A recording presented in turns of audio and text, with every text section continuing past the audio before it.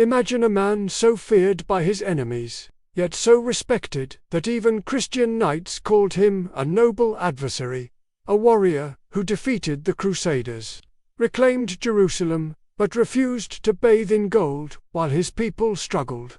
This is the story of Saladin, the Lion of Islam.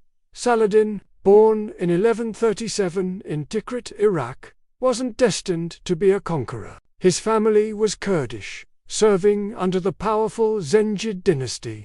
Unlike other rulers, young Saladin was more interested in theology, law, and science than warfare. But destiny had other plans.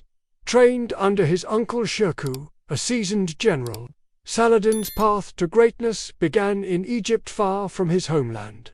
In 1169, at just 31 years old, Saladin became the vizier of Egypt. At first, many saw him as weak, even naive.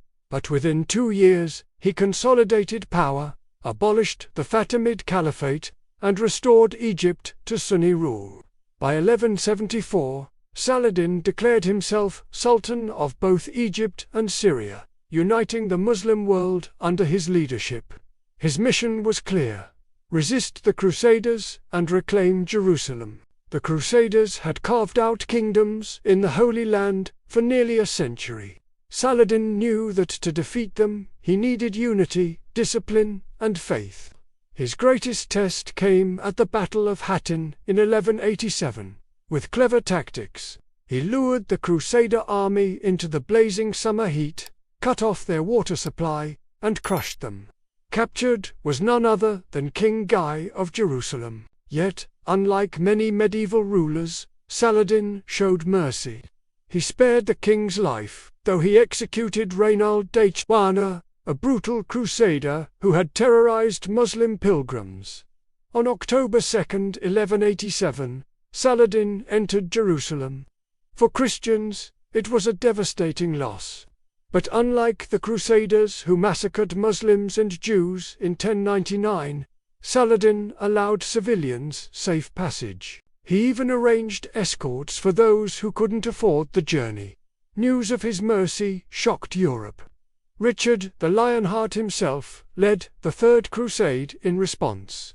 Setting the stage for one of history's greatest rivalries, Saladin and Richard the Lionheart never fought face to face, but their armies clashed fiercely. Despite victories on both sides, Richard could not retake Jerusalem. Instead, in 1192, both men agreed to a truce.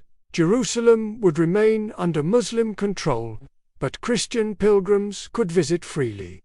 Even in war, Saladin's reputation for honor grew. He once sent Richard fresh fruit and a horse when he fell ill, a gesture unheard of in medieval warfare. Saladin died in 1193 in Damascus, at just 56 years old. When his advisors opened his treasury, they found barely any money. He had given most of his wealth to the poor.